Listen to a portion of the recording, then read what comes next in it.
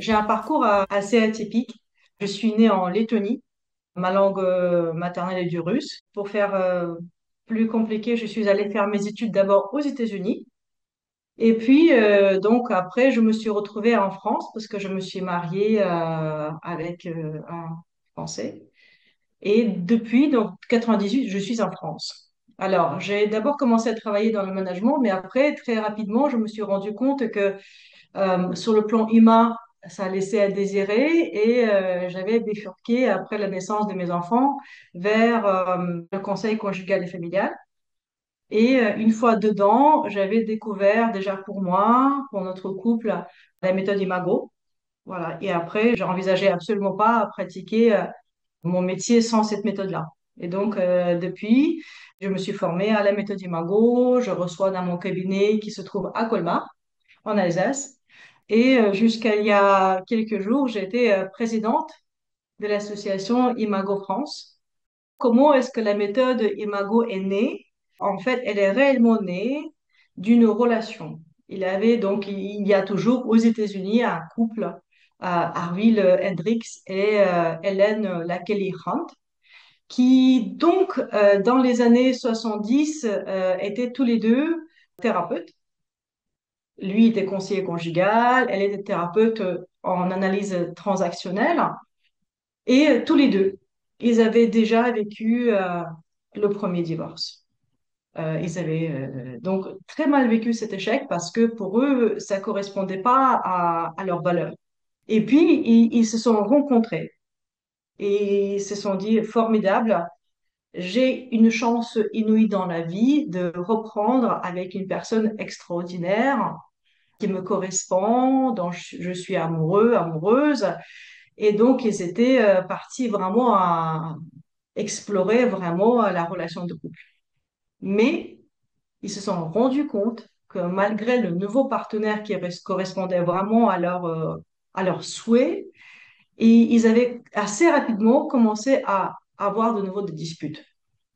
Et chez eux, c'était des disputes vraiment fortes. Et donc, ils se sont dit, mais comment faire, nous, thérapeutes de couple, en couple, comment faire? Pourquoi est-ce que les gens se disputent? Voilà, c'était vraiment la grande question de Harville et Hélène. Ils ont engagé toute leur vie à répondre à cette question et à donc réfléchir à des méthodes. Et une fois, lorsqu'ils étaient vraiment dans une dispute vraiment très tendue, elle a dit, écoute, ce n'est plus possible. Il faudrait que l'un de nous s'arrête et écoute. Et donc, ils se sont mis vraiment en face à face. Hélène a proposé, OK, moi je parle, tu m'écoutes, et c'est ce qu'ils ont fait. Ils ont ajouté à ça une écoute miroir, mais une écoute très attentive, englobante, qui envoie vraiment le message à l'autre, je te vois, ce que tu dis, ça fait sens. Ils se sont vite rendus compte que cette structure où ils étaient vraiment en face à s'écouter les a très rapidement apaisés.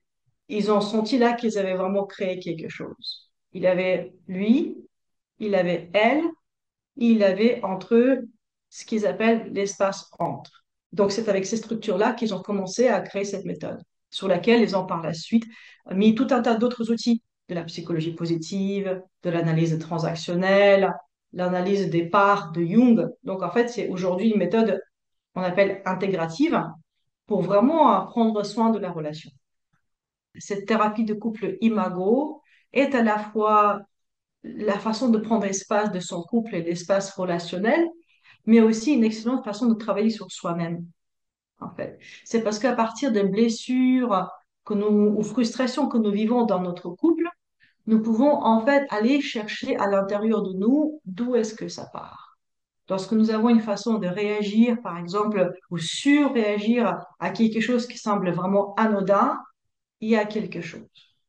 Donc, c'est vraiment une chouette façon d'aller dire, mais c'est vrai que lorsque tu n'apportes pas une baguette et je me sens tout d'un coup particulièrement seule et frustrée, peut-être que ce n'est pas juste toi qui es responsable de mon état de malheur, c'est peut-être autre chose. Et on s'est rendu très vite compte que finalement, oui, chez chacun de nous, il avait comme des boutons rouges, comme des douleurs de passé qui faisaient réagir. En imago, on aime bien utiliser la règle de 10-90. Très souvent, on dit que lorsque nous surréagissons, il y a peut-être 10% dans ce que le partenaire fait, pour lequel elle est pleinement ou elle est pleinement responsable. Et puis, il a quand même 90% de notre propre réaction. Alors, ça fonctionne dans la plupart des cas. J'exclus de ça les cas de violence, de coups, blessures. En fait, là, en fait, ce n'est pas du tout. Mais en fait, là, c'est juste dans l'interaction quotidienne, lorsqu'il y a une chose qui nous fait réagir un peu trop fort. Le cœur de cette méthode, c'est le dialogue. C'est-à-dire que vraiment, ce qui est très important, c'est pas uniquement le sujet dont on va parler, c'est comment est-ce qu'on va en parler. Donc, ce qui est important, c'est que quand je reçois un couple, et pour la première fois, ils vont pratiquer les méthodes, déjà, ils vont se mettre en face à face. Déjà là, pour la première fois, ils vont se dire que c'est vrai que ça fait peut-être des années qu'ils ne se regardent plus. Donc, je vais prendre tout mon temps à leur montrer que le regard est précieux. Ce que nous savons, c'est que même avant de commencer la discussion, notre visage, notre voix, notre posture racontent déjà quelque chose. Et tout plein de conflits dans des couples commencent déjà tout simplement parce que quelqu'un vous regarde de travers, n'est-ce pas? Mais t'as vu comment tu me regardes, mais je ne regarde du tout, vous voyez, en fait, ça, c'est tellement rapide. Donc, la première chose, c'est déjà, le couple se met en face à face. Et je demande au couple aussi d'adoucir le regard et de se regarder en respirant tranquillement et en laissant de côté tous leurs préjugés, toutes leurs histoires qui se racontent l'un de l'autre depuis peut-être déjà des années et juste se regarder, s'apprécier et s'envoyer vraiment une intensité du regard. Je leur dis souvent, imaginez que vous parlez juste avec votre regard et dites-vous l'un à l'autre que vous êtes quelqu'un de précieux l'un pour l'autre. Et dites-vous aussi avec les yeux que vous remerciez l'un et l'autre d'être dans votre vie. Voilà, adoucissez votre regard. Et ce que je sais à côté, c'est que lorsque vous avez des pupilles dilatées avec des yeux doux, votre cerveau perçoit ce visage comme quelque chose de sécurisant. Et ça produit déjà une certaine détente importante dans votre corps. Et alors là, on va partir dans un dialogue déjà d'un autre endroit que si on rentrait le visage grave, et puis tout de suite, on partait dans la discussion, en fait, sur un sujet de conflit. Une fois la posture établie, j'encourage également le toucher physique. Parfois aussi, ça fait déjà un moment que le couple ne se touche plus, donc petit à petit, on va sentir le toucher d'une main, les jambes qui se touchent, la chaleur de l'autre, et ça peut aussi être rassurant. Et une fois ces structures établies, je leur dis qu'il y aura une personne qui écoute, une personne qui part. Et que entre ces deux personnes, il y aura comme un petit point imaginaire. Et donc, un partenaire, celui qui écoute, va imaginer qu'il va sortir de chez lui, il va traverser un pont imaginaire et aller dans le monde de l'autre. Tellement dans notre vie, nous passons notre temps à juger l'autre, à se raconter des histoires de lui, qu'on oublie vraiment que parfois nous sommes en relation avec un partenaire imaginaire. Nous n'écoutons pas vraiment ce que l'autre dit. Et alors là, cette personne va traverser le petit pont et va dire, je viens te visiter dans ton monde. Et c'est vraiment à cet instant-là que la personne va sourire et dire, viens me visiter. Et lorsque je te visite, bien sûr, tu vas essayer de faire en sorte que ta maison que je visite est accueillante. Donc, je vais inviter cette personne à parler avec des mots doux, faire des phrases courtes, parler de soi, en sorte que le partenaire qui écoute ne soit pas réactivé. Voilà. Donc ça, c'est déjà une base. Et puis, très, très souvent, on va commencer à parler de quelque chose de positif. Et les gens adorent ça. Tellement de fois, elles se sont déjà dit des choses horribles. Il avait tellement de reproches, de petites piques, des visages froids et impassibles, que finalement, s'entendre dire ce que j'apprécie chez toi, c'est ta douceur, c'est ta qualité de père ou c'est ton toucher. Je vois immédiatement l'effet que ça fait sur la personne et que ça attendrit le cœur et ça fait tomber les barrières. Et ce qui est curieux dans l'écoute de la personne qui écoute, c'est que chaque fois que celui qui parle va dire une ou deux phrases, il va dire je t'entends me dire, il va répéter presque de manière textuelle ce qui a été dit. Je t'entends me dire que tu apprécies beaucoup ma douceur. Est-ce que c'est bien ça? Oui, c'est ça, elle va commencer à vraiment hocher la tête et on sent vraiment que les deux commencent à se synchroniser, sourire. Oui, c'est ça, et on sent ces connexions venir et c'est formidable à voir. Et donc, dans cette écoute-là, ça va continuer comme ça. Et puis, on va vraiment prendre le temps. Et on va dire, et quand tu es doux, je me sens rassurée. Et cette douceur-là, je la vois lorsque tu me parles le matin au petit déjeuner ou le matin au réveil, tu me dis bonjour ma chérie. Voilà. Et donc, on voit vraiment le merveillement qui arrive et puis déjà, c'est formidable. Et de cette manière-là, on va pas parler que du positif, on va aller explorer également des frustrations. Petit à petit, on va aussi apprendre à creuser qu'est-ce qui se passe dans les frustrations. Voilà. Quand tu fais ça, voilà ce que je ressens. Voilà l'effet que ça fait sur mon corps. Et voilà ce que ça peut parfois me rappeler de mon enfance. Donc là, on va vraiment aller toucher, on va creuser parfois dans l'enfance. C'est souvent très bouleversant parce qu'on va tout d'un coup, au contact avec notre conjoint, nous rendre compte de quelque chose qui nous titille depuis bien longtemps. Quand tu ne me regardes pas, quand tu me poses pas la question sur ma journée, tout d'un coup, je me sens vraiment raidir. Et ça me rappelle tous les moments où mon père ou ma mère étaient trop occupés pour savoir ce que je faisais. Et l'effet que ça a, c'est que ça aide au partenaire qui est concerné par la frustration de voir vraiment l'enfant blessé à l'intérieur de son partenaire. Nous sommes tous des enfants qui avons grandi et nous avons besoin aussi que notre conjoint prenne soin de nous. Alors, c'est vraiment une façon d'éveiller vraiment l'empathie, vraiment travailler ce muscle d'empathie, d'aller chercher dans le monde de l'autre, mais qu'est-ce qui se passe chez toi? Je sais que, par exemple, quand mon mari partage avec moi quelque chose de cet ordre-là, je ne le regarde plus de la même manière. Par exemple, une des choses qui le dérangeait énormément, c'est lorsque le matin, je partais et je laissais des tasses avec du café rempli et puis j'en ai parfois deux, voire trois, je sais pas, je les mets un peu comme ça partout dans la maison, voilà. Et il m'a dit, et j'avais aucune idée, puis une tasse de café remplie, mais enfin, c'est pas grand-chose. Et donc, lorsque nous avons fait notre premier dialogue de frustration, il m'a partagé que ça le dérangeait beaucoup et que c'était aussi lié à quelque chose de très précis qu'il avait vécu dans son enfance avec sa mère et que le geste de vider la tasse de café éveillait chez lui vraiment à beaucoup de souffrance. Donc voilà, je peux aujourd'hui dire que je laisse rarement les tasses de café traîner et puis vraiment je fais un effort parce que je sais à quel point c'est quelque chose qui le touche. Et sans ce dialogue et Margot, je pense que j'aurais pas pu percevoir ça. Jamais il m'aurait dit ça. Je pense que ce serait plus une reproche, une boutade, t'as vu toutes les tasses que tu traînes, voilà. Enfin, moi, je serais sur la défensive, mais bon, oui, toi aussi, tu te laisses traîner les affaires, il n'y a pas de problème. Mais voilà, je pense on serait resté là. Et donc, voir que c'est quelque chose d'important pour lui, bah, ça me touche. Et du coup, je m'adapte plus facilement et sans rancune. Et même que quand je fais ça, enfin, déjà, ça m'aide moi à mieux m'organiser. J'ai du mal à m'organiser le matin, ça c'est clair.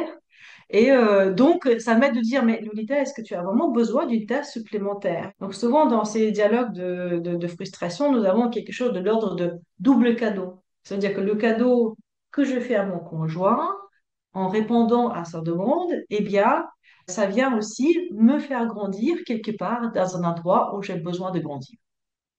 Voilà. Au début, quand on était amoureux, dans nos débuts, on a dû se sentir quand même assez en lien. On avait eu cette sensation de vibrer ensemble, se comprendre de demi-mot, vraiment à discuter pendant longtemps. Et on a l'impression qu'à cet instant-là, c'était magnifique. Et après, très souvent, une fois le sentiment amoureux retombe un tout petit peu, et ce sentiment amoureux est souvent dû à des cocktails d'hormones en fait qui nous baignent et puis qui nous fait vraiment sentir tout puissant, vraiment la vie. ou voir la vie en rose. Après, on retombe dans quelque chose de beaucoup plus difficile. Tout d'un coup, on peut se réveiller avec une sensation. Attends, t'as vu ce qu'il a fait? T'as vu comment il est finalement? Oh, j'ai pas vu ça tout de suite. Voilà. Donc, il y a des conflits qui s'installent. Il y a des tiraillements qui commencent à être enfin, petit à petit. Puis finalement, ça commence à vraiment à grandir. Et puis, on finit par cette séparation invisible. Et donc, pour moi, vraiment, le secret, c'est d'apprendre à être en relation et en connexion consciente. C'est-à-dire vraiment apprendre cette écoute dans laquelle on peut tous les deux se sentir connectés encore une fois. Et ça, ce n'est pas quelque chose qui s'invente. Voilà, j'ai récemment accompagné un couple qui a fait la préparation au mariage, voilà, qui ont été vraiment très sérieux et qui ont eu par la suite quelques soucis dans leur parcours. Et ils disent, mais oui, mais on met quand même du temps pour être ensemble, on prévoit quand même une heure de sortie, et c'est bien une heure de sortie. Et c'est bien d'aller ensemble au restaurant ou aller passer un temps, un week-end quelque part. Mais même en étant côte à côte, on peut parfois se sentir à part parce qu'il n'y a pas cette sensation de connexion.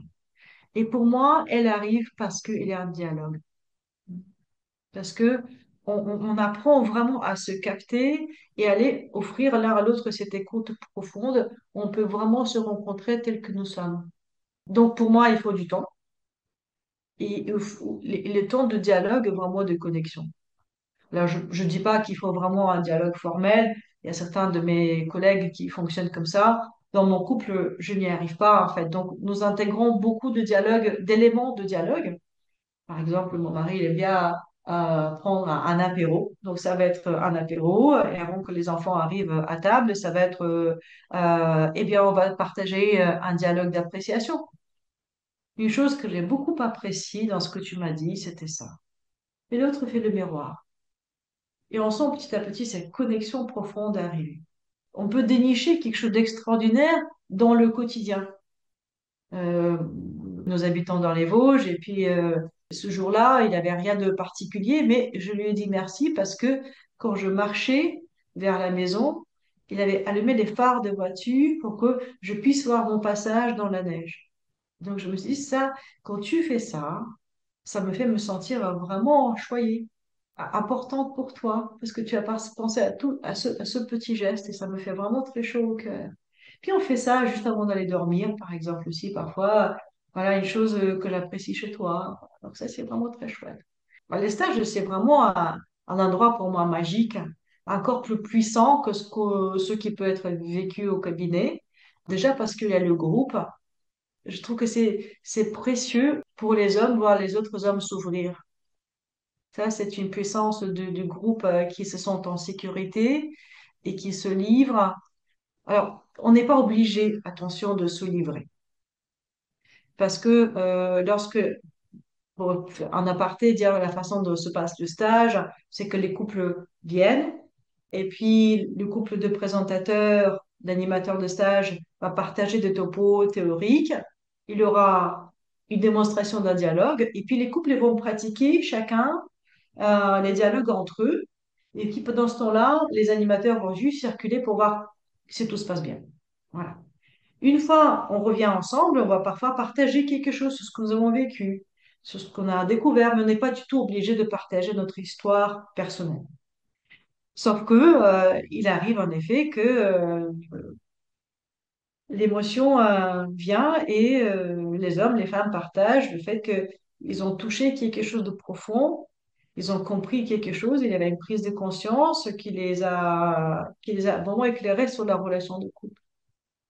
Et il y a toujours un moment dans nos stages où on parle des cadeaux qu'on puisse faire l'un à l'autre et c'est vraiment une occasion d'offrir quelque chose à l'autre qui est un peu de l'ordre de stretching.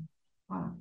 Stretching, c'est lorsque on va proposer à son conjoint quelque chose dont il ou elle a rêvé depuis longtemps et même quémandé depuis longtemps et qu'on n'a jamais osé faire parce que c'est pas notre truc, parce que tout simplement, oh oui, c'est pas, on trouve pas ça nécessaire. Et donc là, parfois on peut demander, imaginer qu'est-ce que c'est que vous pourriez faire l'un pour l'autre et qui ferait vraiment plaisir. Et alors ça, c'est vraiment un moment que j'aime beaucoup dans les stages.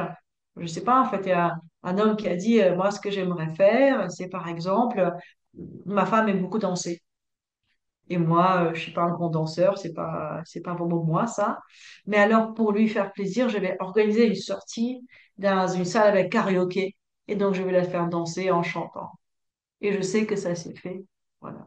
Il avait un couple où la femme avait écrit un livre, et puis son partenaire était très critique et n'avait jamais lu son livre. Et donc là, pas uniquement il a lu son livre, mais il l'avait amené, il avait montré à tout le groupe, voilà, regardez, ça c'est le livre que ma femme a écrit. Et donc je vous le conseille. Et donc voilà de quoi ça parle. C'est vraiment formidable de voir ça. C'est d'autres petites choses comme ça. Oui, il y avait une autre femme comme ça qui avait suggéré que, par exemple, elle est lève-tard et lui, il lève tôt. Et donc, lui, il aime beaucoup la nature et elle est plutôt casanière. Et donc, elle a dit ce que je vais lui offrir, c'est une balade à 5 heures du matin pour voir le lever du soleil. Mais je vais me lever et marcher avec lui sans être grognon, en fait, sans se fâcher, de bonne humeur. Voilà. Et ça, c'est vraiment touchant de voir ces cadeaux d'amour, hein. Voilà, venir comme ça parce qu'on a touché à des endroits sensibles, parce qu'on a parlé d'empathie, parce qu'on a vu dans notre partenaire un enfant blessé qui a besoin de réconfort. Et ça, c'est très beau à voir. Je vous souhaite de venir essayer cette méthode. Vous pouvez trouver des renseignements sur le site Imago France, Imago-France, voilà. Aujourd'hui en France, nous sommes plus de centaines de praticiens. Il y a des stages, il y a des ateliers de parentalité Imago, il y a des stages intergénérationnels, il y a des thérapeutes, des facilitateurs. Vraiment, allez-y. Nous croyons beaucoup en fait à l'expérimentation. Allez expérimenter, sentez-le. Je dis souvent, allez goûter à une connexion intense.